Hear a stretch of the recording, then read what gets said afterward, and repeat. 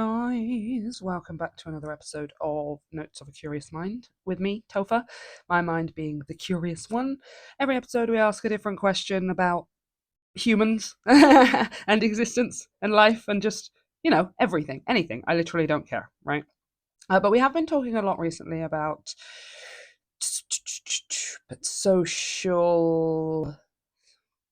sociology, is that the word? Capitalism, yes, social media, internet, just sort of the human experience as a civilized collective, talking about government. I mean, I just feel like I can't escape it, you guys. I feel like there's no other way around it. I'm sure I will get a chance to, and I will be talking about, you know, astrophysics or biology or I don't know, just my favorite species of birds of paradise. I don't know, like we will, but I just feel like I can't really escape it right now. It's a good time to talk it out of my system. Because whilst the podcast, yes, is for entertainment and for people to listen to, like the 5 people that listen to it or whatever, it's kind of for me to be able to just talk it out of my system. Like I said, I have a lot of ADHD thoughts. I have a lot of questions, and I it's kind of just a way of me journaling them out into the open. Right? I don't really do too much research before I come into the podcast because I do it whilst we're on here. I kind of like to just be super casual about it and stuff. So I'm sure that, yeah, we'll do fun subjects and stuff, but I just feel like sometimes I just can't escape these things, right? And I did do a YouTube poll, like a poll asking, what do you want to talk about next? We had social media in there, beauty standards, internet, and there was only a couple of votes, but everybody voted for, does capitalism decide who we think we are? Now, my question around this is, I'm always wondering the things that people want in their lives. When I meet somebody and they're like, I'm this kind of person and I like this kind of music and these are the kind of clothes that I wear and this is the kind of aesthetic that I put across, both in the physical material sense and maybe personality wise as well. And I'm always wondering, is that actually who you really are, or is it this conditioning that we have, this social conditioning via capitalism that maybe makes us think that we want things that we don't actually really want? Because if you think about it, capitalism really does require us to want things. In fact, it doesn't even require, it requires us to want things in the first instance, but it seems like it turns it into some kind of desperate need. That's what it really wants. What capitalism, what the system of capitalism really needs is for the masses of the general public to feel like they desperately want something. Because when you're desperately need something. Because when your survival instinct is telling you that being without something is a threat to your existence in some way, we'll do anything to get it. We'll put things down on our credit cards. We'll mass buy products from all these different companies just trying to get something to work. We will just want something because everybody else has it, like a Stanley Cup or whatever. That's like the greatest recent example is a Stanley Cup. What a beautiful example of how ridiculous influencer and what's the word, consumer mindset is, right? I'm not saying Stanley Cup, I mean, whatever. If it works, it works. I'm assuming it keeps things cold and hot. I literally don't even know what they do. I don't understand at all what the fascination is with it. And I'm almost certain that it is just because everyone has one, right? So you've got to have one too. You've got to be seen to have them. People are spending like thousands of pounds, dollars, euros, whatever, to like just have like 30 of these cups because then you can be seen to have them. Are you going to use those cups? Sorry, I'm just I just feel like it's the perfect example. So I just want to know, is it like a tumbler? Okay, so I don't know if oh yeah, it does. It keeps your drinks hot or cold. So I mean, yeah, it's a cup. It works, and it's handy having a cup that you can put a lid on and keeps things warm, keeps things cold. I'm not disputing that the cup works. Why do you need 30 of them? Why do you have to go to a store around Valentine's Day, let's say, because that's coming. Oh no, that's already. Wait, when does this podcast come out? Yeah, it's Valentine's Day tomorrow, right? And buy the limited edition one. Why do you have to go to the store and literally fight and argue with somebody because the last one is the last one? Like, is there something, is there a tripwire inside of your brain that makes you feel threatened if you don't have that one specific cup? What is it going to do to your life? I wonder if people like that, if what happens if you don't get the cup? What are you like when you drive home? How does that affect the rest of your day, your week, your month? What do you feel like when you go on social media and you see other people with the latest cup?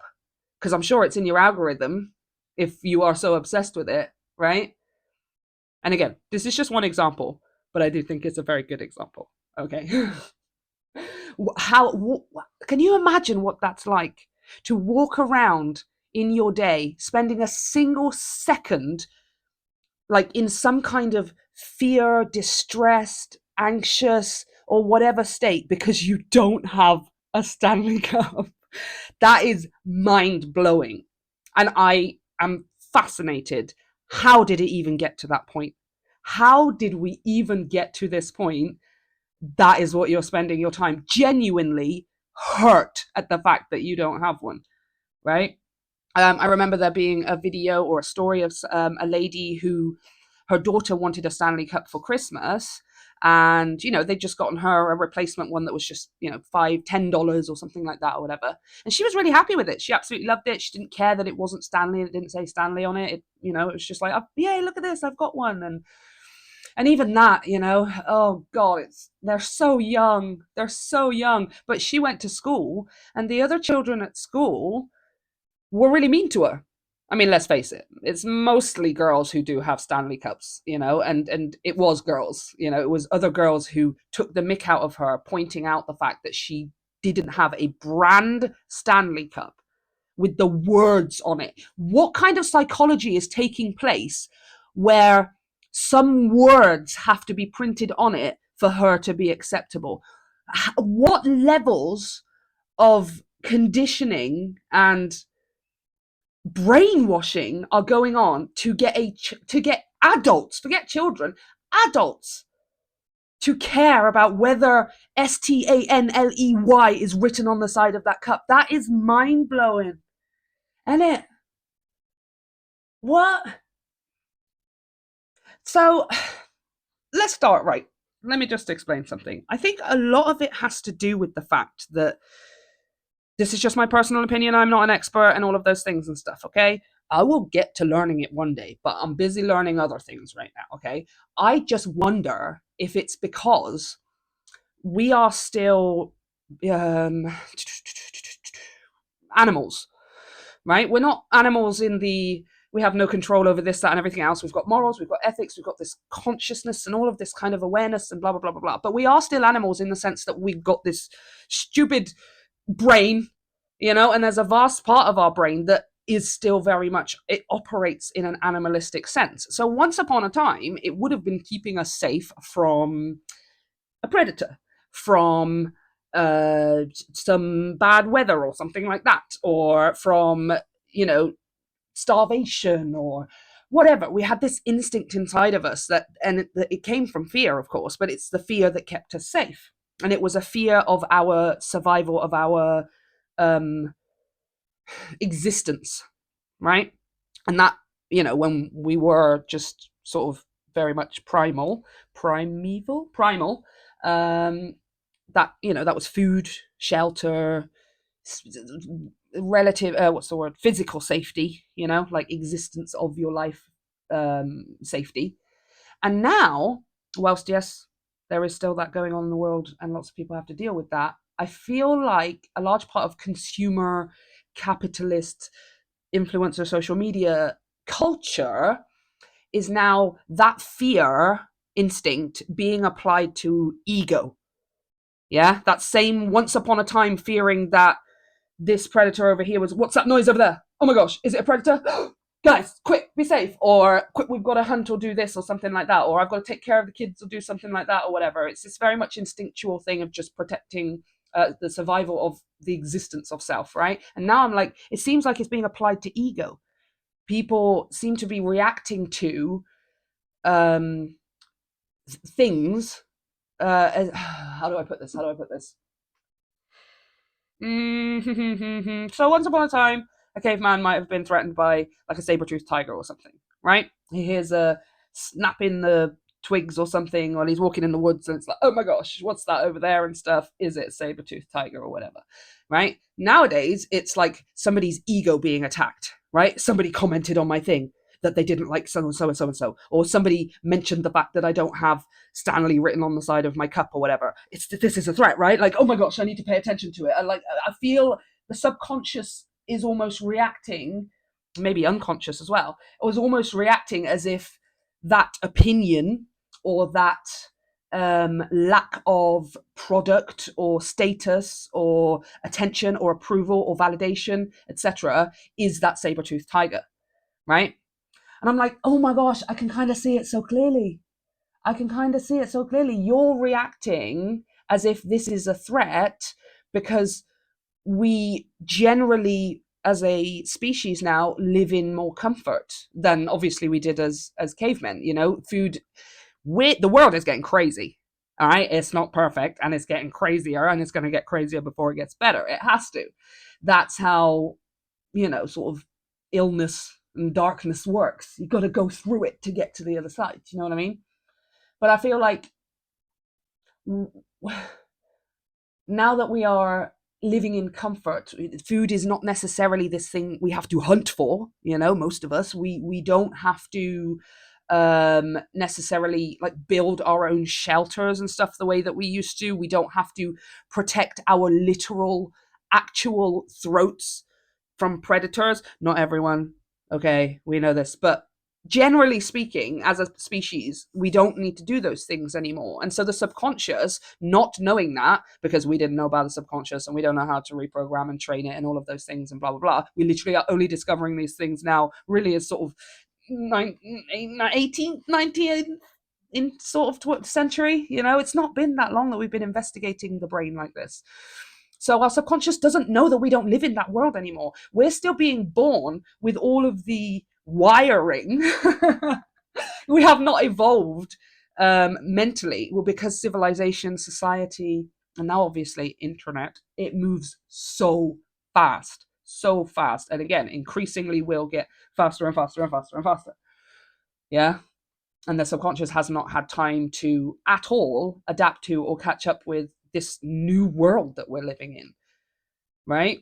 It's still acting and reacting as if there are, threats to your survival around every corner. But those threats to your survival now are status. They are validation, approval. It's everything to do with the ego. That's what we're trying to protect now, right? Ego. It's no longer the throat. It's no longer the jugular we're trying to protect. It's the ego. And I think capitalism thrives on that, thrives on the fact that we need our egos fulfilling. It has conditioned us as well. It's almost like, again, I don't even, there's nobody really been sat down, I don't think, at any point in history, literally like with their fingers steepled going, how can we make them suffer? Okay, some of them do.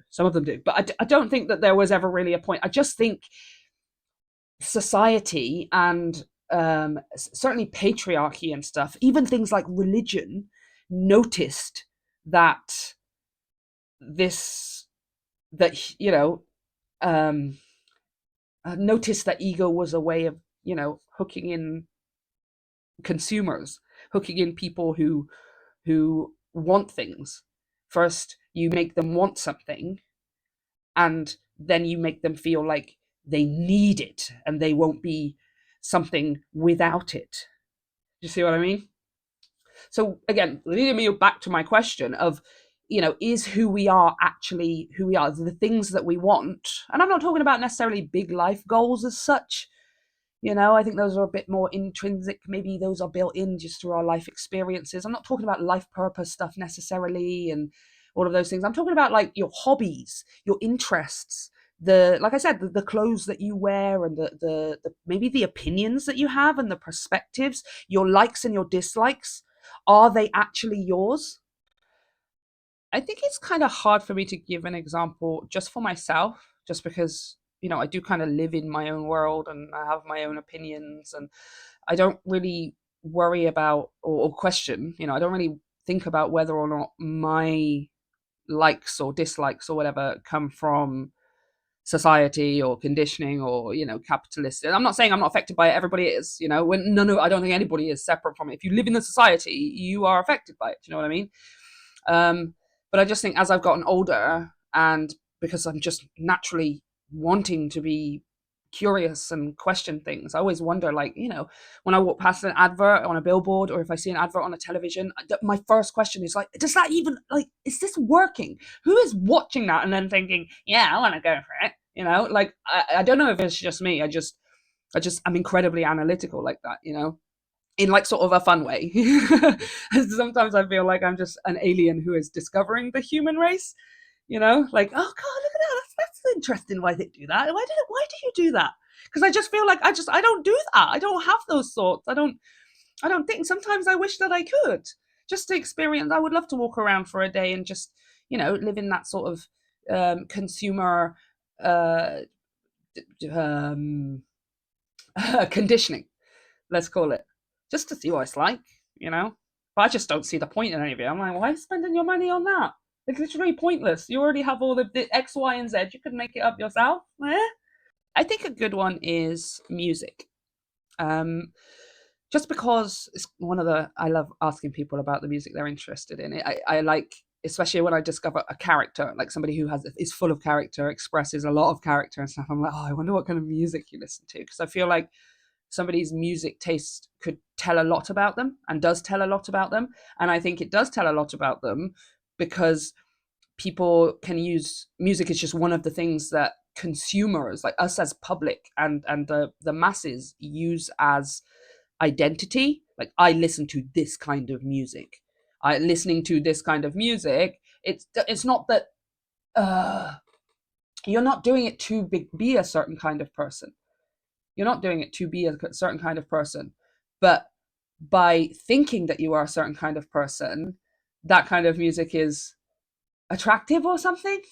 Like, it's something like, the whole obsession with like Taylor Swift and stuff, which, super, again, I don't have any of her songs in my library, but not because I don't like her. Like, girl, you go do your thing. It's just none of your songs really resonate with me. I don't live in that world of boyfriends and breakups and dating and all of those kinds of things and stuff. And maybe once or twice a song comes on, I'm like, hey, this one's it's a bit of a bop, but that's as far as it goes. So when I'm looking at how everybody else is reacting to, for, just as an example, Taylor Swift, I wonder, is it like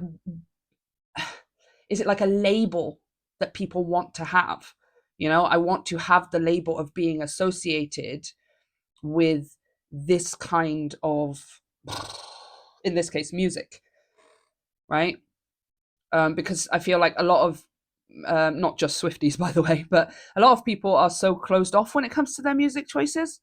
They're just like, no, this is the only thing that I like. I'm like, there's a whole world out there of so many different things that could resonate with so many different sides and aspects and configurations of yourself.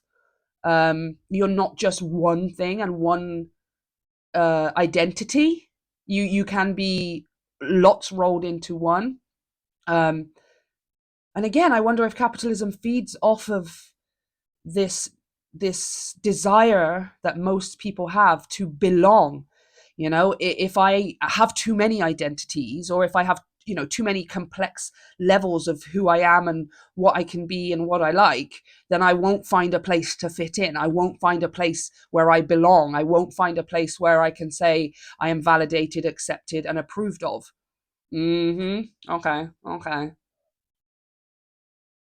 Because again, I'm not saying that, using Swifties as an example, they clearly like her music. Clearly, they're all singing their heads off all of the time. You go nuts. Like, I love how much you love her. I love things the way you love Taylor Swift, and I completely understand. But I wonder if it's just the way that it's marketed, and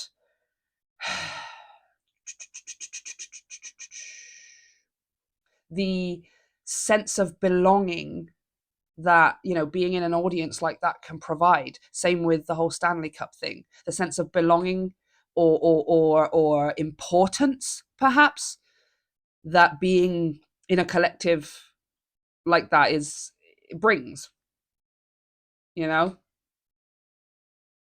And I think capitalism really feeds off of that. It likes the fact that we feel the need to belong, so it will create these spaces. And now it's so easy, obviously, with the internet, social media, influencers are a huge part of that. It's so easy for them to create that space where you can go to feel like you belong, but it requires you spending money.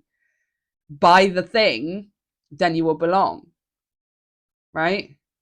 Buy the cup, you will belong. Buy this bag, you will belong. Buy the shoes, buy the tickets, buy. Buy and then show everyone that you have got it. Say, and so that you can say that you've got it. Look at that. I belong.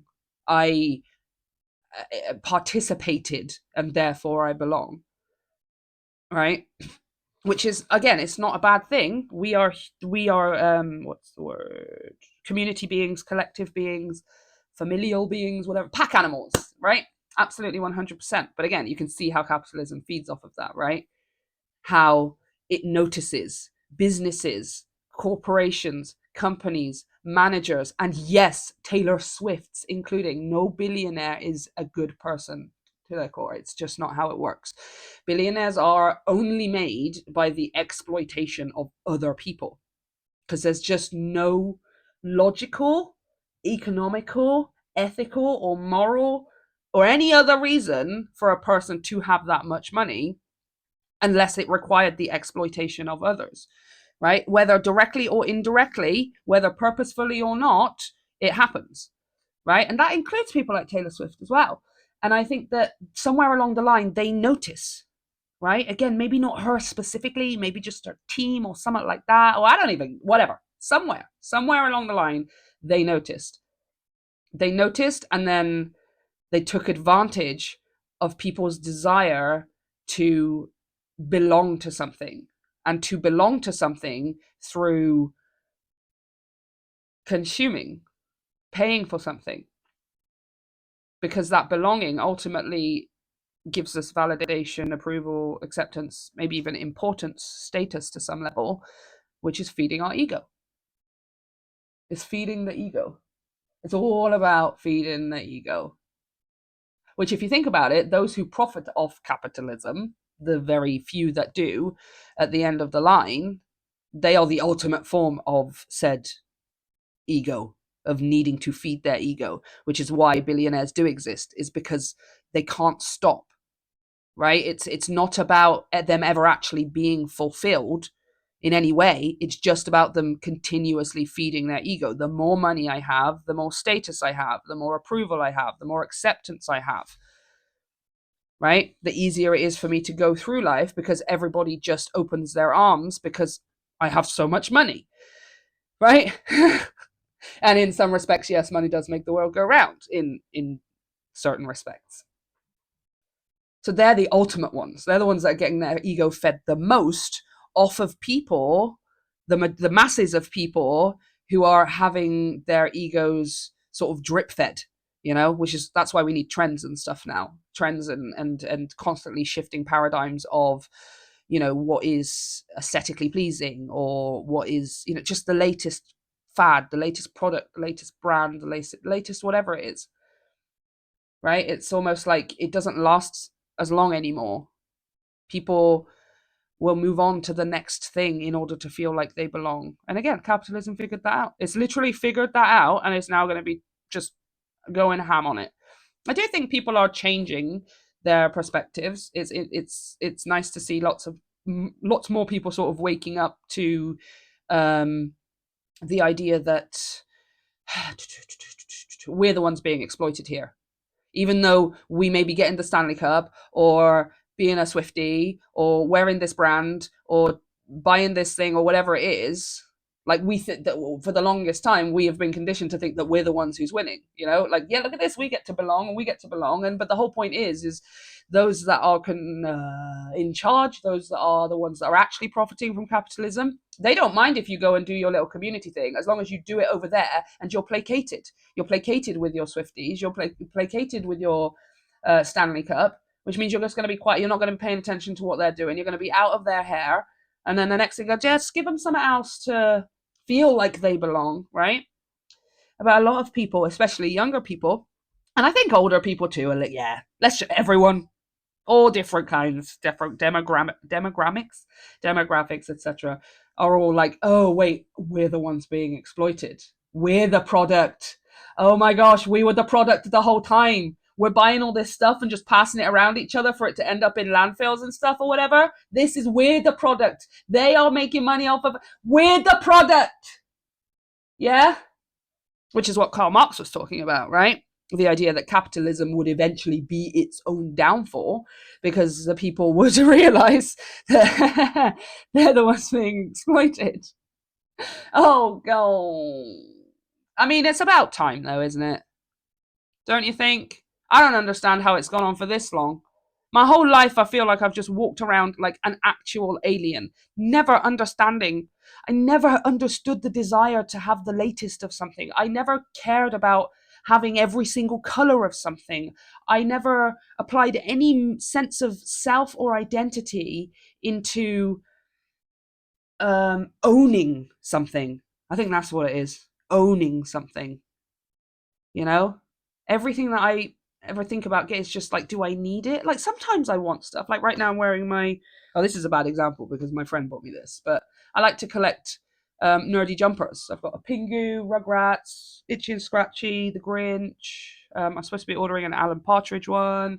I like nerdy things. Like that's kind of how I express myself. But at no point is it like this. Like it's almost I'm intentionally seeking it out on purpose. I don't ever see something and then think, oh, I have to have that. Maybe I'll see something and be like, oh, that would be really, really useful. But it's usually just like a thing, like my coffee warmer. I just have like a coffee heater thing that just keeps my cup of tea warm. Like I needed that, but I looked it up on purpose because I wanted it, because I thought to myself, oh yeah, I could really do with that, because I sit here, I record podcasts, or I do my reads, or I edit. Sometimes I just forget that it's there, and it would be so cool to have it stay warm. I needed this mic I'm talking into right now because I started doing a podcast. So I don't know. And then again, at no point, like, because obviously, ads come up for things, and I see like a DJI mic when I'm watching other people do YouTube videos or podcasts or whatever, and I'm like, oh, that's so cool, and it's like, oh, that's 250 quid, and I don't think to myself, oh, I can't afford that, but neither do I think to myself, oh, I'm gonna have to get that, I've got to get it together to get that. I'll get it. Jeez, like I've got what I need right now. I can make the most with what I've got, and I can make really good with what I've got. Like other things are just, I don't feel the necessity to partake just because everyone else is. And I suppose that's the sense of belonging. That's a part that I never struggled with. I kind of like being different.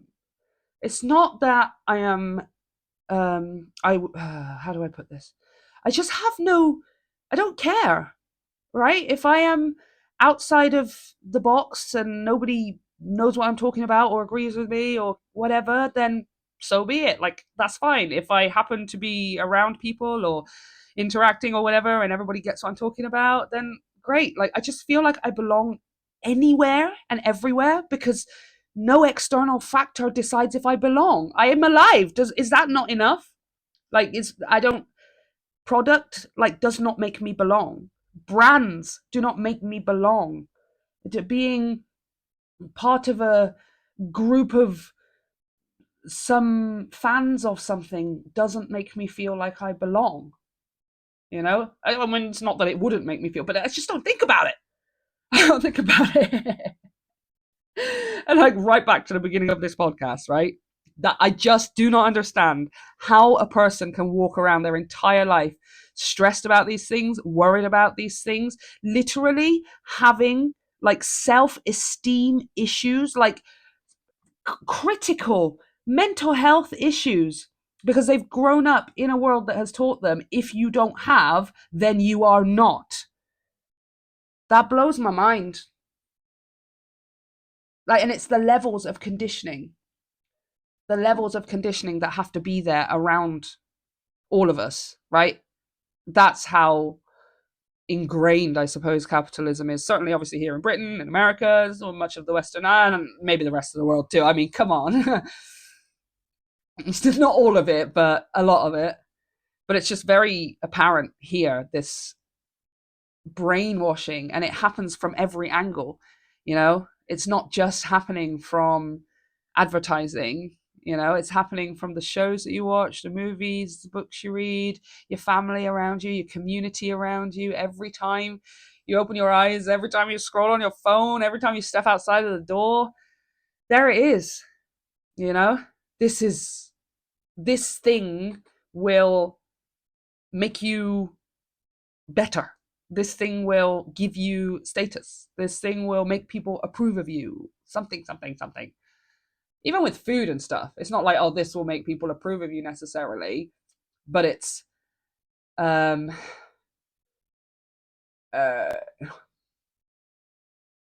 fulfill yourself at our service, right? And then you're like, oh, okay, I'll fulfill myself, McDonald's or Greg's or whatever, and blah, blah, blah, blah. But then actually the entire time, oh, wait, no, I'm the product. I'm buying the food, but the entire time they are buying my they're buying my conditioning that I need to have this. That's what they're buying with their ads, with their fake food and their artificial things and all the additives, and they're just getting everybody hooked on stuff or whatever. I mean, Coca-Cola, you having a laugh, Coca-Cola, with your 105% sugar.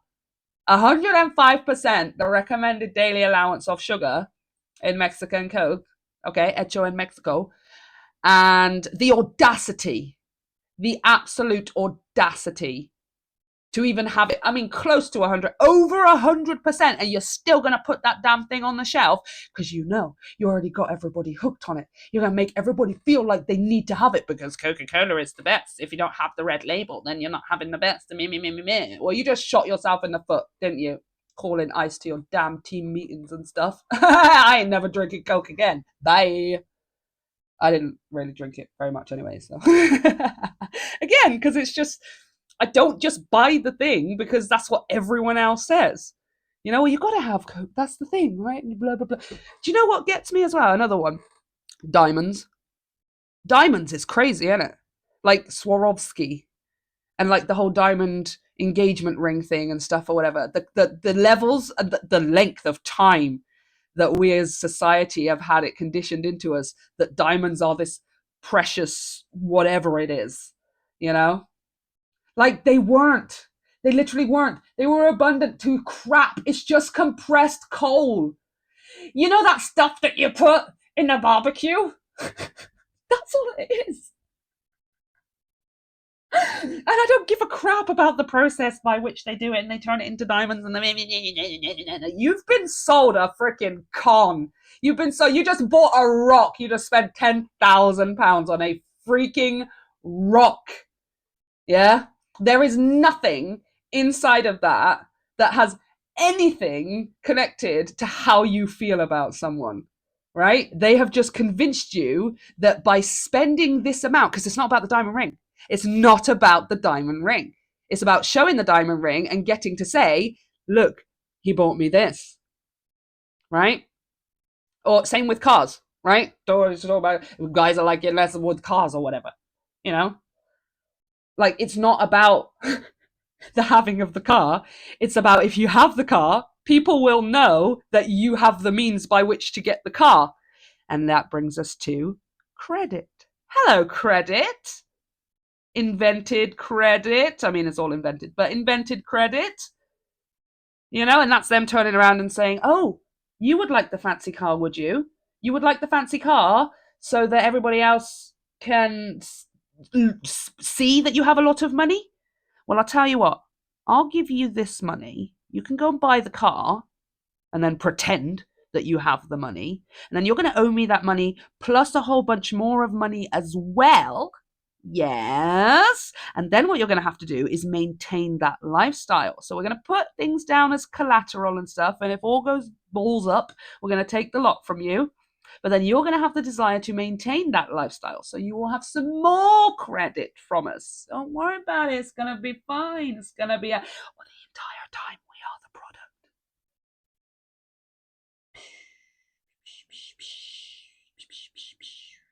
Do we even want the things that we want? Or are we just convinced, conditioned, and brainwashed into wanting them? Because that is what provides the profit, right? Especially if they can get us feeling like we desperately need it as well. If they can get us like we desperately need it, home run. Because then we'll do anything, including borrowing money at extortionate rates, including putting down other assets like our house down in order to get it. And I bet people were going crazy back when all of this was introduced. I don't even remember, what was it? When was credit and stuff introduced? Sorry, I want to type on my computer. When was credit in 19th century? Okay, so 1803, English tailors began sharing information about customers who didn't pay their debts. In 1841, a mercantile agent began collecting information about debtors, assessors, and character. Okay, so that was credit reporting and stuff. In the late 1800s, merchants used credit coins that allowed customers to buy things on credit. In 1958, the Bank of America launched the Bank Americard, the first consumer credit card. And in 1976, it became Visa. Interesting. So yeah, it's roughly about, I was going to say sort of 1980s or whatever. We've got late 1800s, 1950s. So let's just say throughout the 1900s and stuff is when credit was introduced. And I bet everyone went crazy. I bet everyone went mental. Just, borrow money, I'll buy this fancy. Yeah, let's go.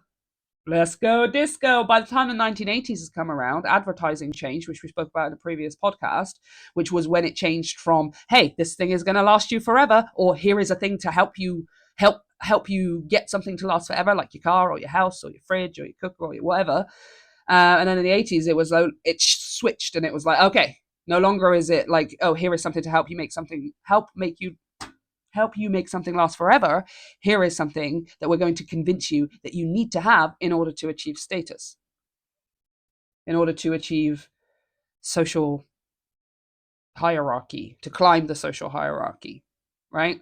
That coupled with then the growing necessity for aesthetic as we move into the 2000s and stuff. Everything sort of, became highly evolved around aesthetic and things like that, the way that things looked and stuff. Early 2000s, we were a bit obsessed with technology. And I feel like in the early 2000s, the entire civilization, or Western, at least here in England, but Western civilization was just going through their like awkward teen years. It's very awkward in the early 2000s. Movies were weird. Music was awful, but in a good way. Nobody really knew what was going on. It was a weird transition, But then, 2010s, 2020s, the introduction of, the concrete introduction, let's call it, of social media.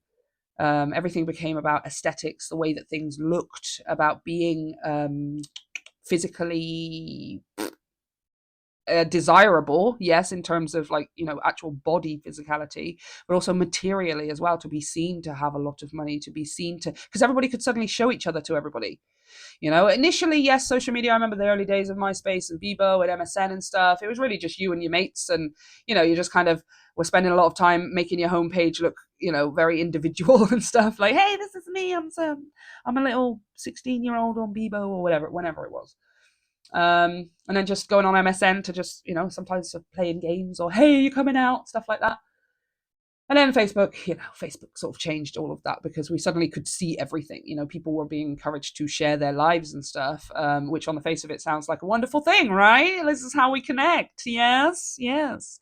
But it turns out that obviously then our ego started to play in social media as well. We only want to show the best of ourselves. And when we're not showing the best of ourselves, we are showing the worst of ourselves, either because we've been caught doing so or because we're trying to get attention.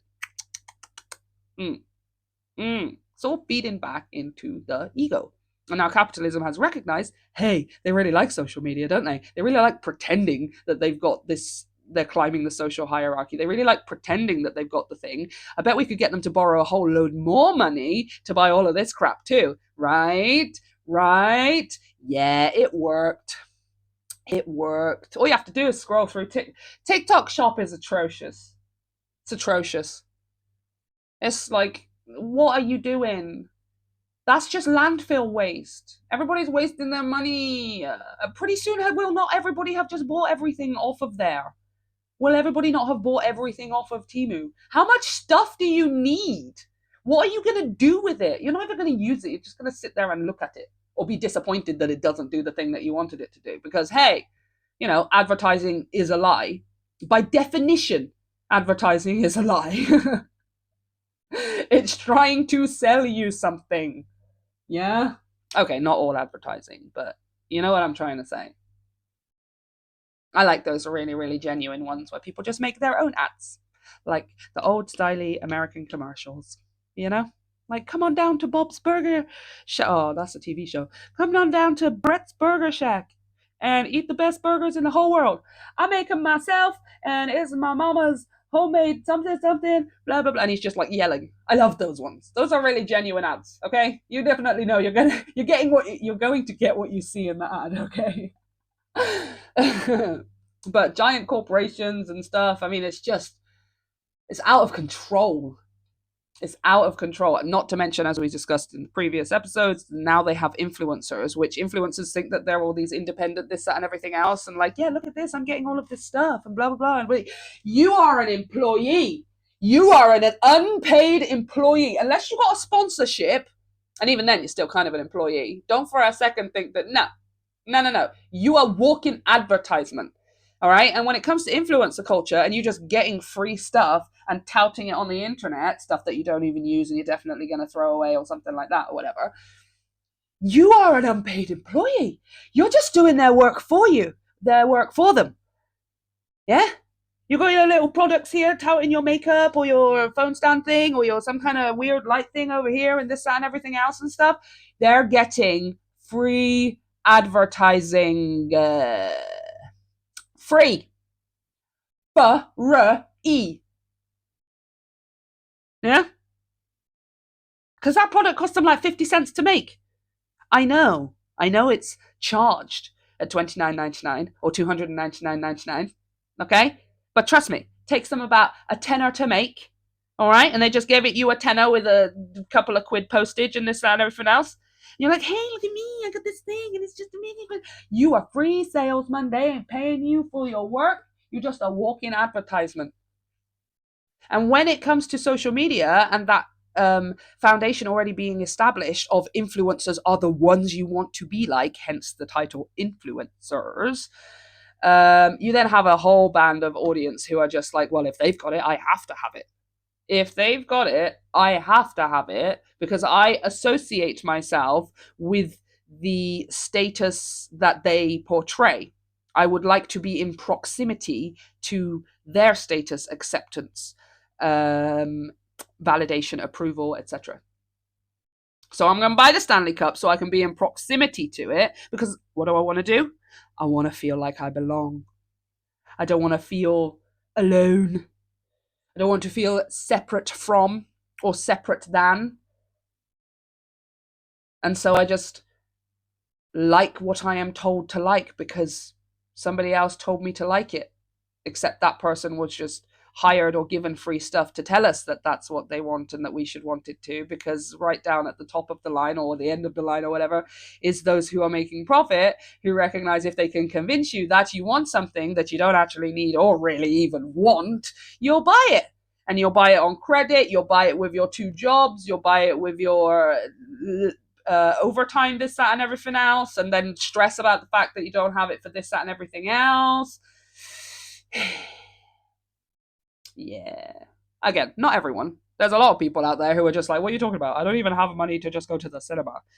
You know? Oh no, why are you going to the cinema anyway? It's a pile of crap. But I totally get it. It's not everyone. But like we can see it. It's clearly millions and millions and millions of people. Otherwise, influencer culture slash capitalism slash advertising mogul corporations and all of it, it wouldn't work. It clearly works for millions, possibly billions of it's billions of people. So, you know, it doesn't have to be all of us. It's clearly enough because it's working. It's literally working. And people walk around in this life genuinely low on their self-esteem because they don't own something, right? So other people will be made to feel less than. It's not even their own fault. They're just made to feel less than. They are called out about it or bullied about it or something because they don't have the branded version or they don't have the thing. Or, I mean, kind of like what kind of mindset? What kind of mindset is that?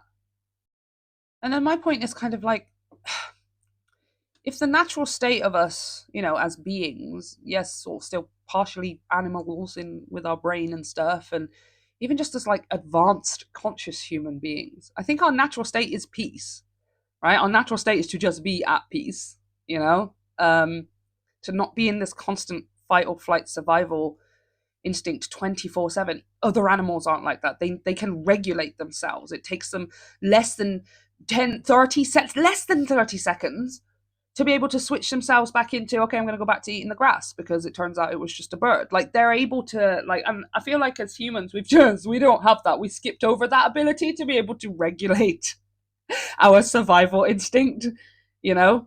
We just don't know how to turn it off. And so if our natural state is, one of relative peace and calm and just getting on with our lives and stuff, is it actually the real you? Or not you necessarily, the listener, but is it actually the real person who is walking around in their lives stressed and anxious and low on self-esteem, self-worth, self-value, all of those things because they don't own a certain brand or they don't have this kind of car or they don't own this kind of property or have this kind of money or something like that? Is that actually really you wanting those things? If your natural state is to be peaceful even without those things, maybe even on the way to creating those things, but without those things, and is it actually even you who wants it, or is it what you've been conditioned to want so desperately? Is it what you've been programmed to desire because the system has told you so? The system shows you, look, this is what it looks like to have lots of money. This is what the fancy car, life, house, partner, job, whatever it is. This is what it looks like. I'm showing it to you. I'm showing it to you on the internet. I'm showing it to you in adverts. I'm showing it to you in movies, books, social media, all of these things.